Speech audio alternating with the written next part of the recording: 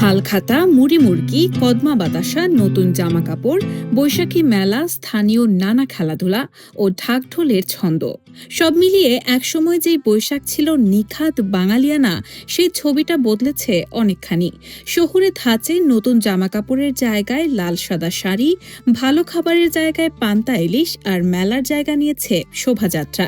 পয়লা বৈশাখ পালনের এই সাংস্কৃতিক রূপান্তর শহর গ্রাম ভেদে ভিন্ন হয়েছে কয়েক দশকে।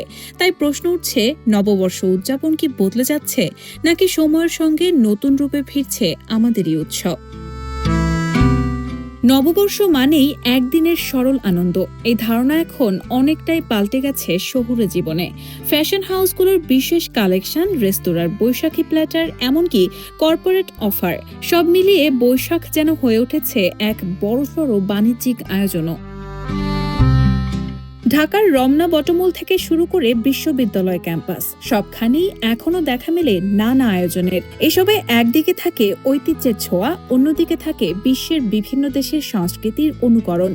মেলা, যাত্রাপালা, খেলাধুলা, পালাগান, এসব আয়োজন ধরে রেখেছে উৎসবের শিকড়। এর সঙ্গে যুক্ত হয়েছে DJ party, fusion music, concert আর সোশ্যাল মিডিয়া কন্টেন্ট বানানোর হিড়িক, যা অনেকের চোখে ট্রেন্ডি বৈশাখ। অনেকের মতে পরিবর্তনটা স্বাভাবিক। সময়ের সঙ্গে সংস্কৃতি বদলাবে, নতুন প্রজন্ম তাদের মতো করে উদযাপন করবে, এটাই বাস্তবতা। তবে প্রশ্নটা থেকে যায়, এই পরিবর্তনের ভিড়ে কোথাও কি হারিয়ে যাচ্ছে বৈশাখের মূল সত্তা? তরুণদের একাংশ মনে করে বৈশাখ এখন সেলফি আর স্টাইলের উৎসব। আবার অন্যরা বলছেন, আধুনিকতার সঙ্গে ঐতিহ্যের মেলবন্ধনই আসল শক্তি। কারণ পরিবর্তন মানেই হারিয়ে যাওয়া নয়, বরং নতুন করে বাঁচিয়ে রাখা। তাই নতুন কিছু সন্নিবেশ হোক ঐতিহ্যের মান রক্ষা করেই।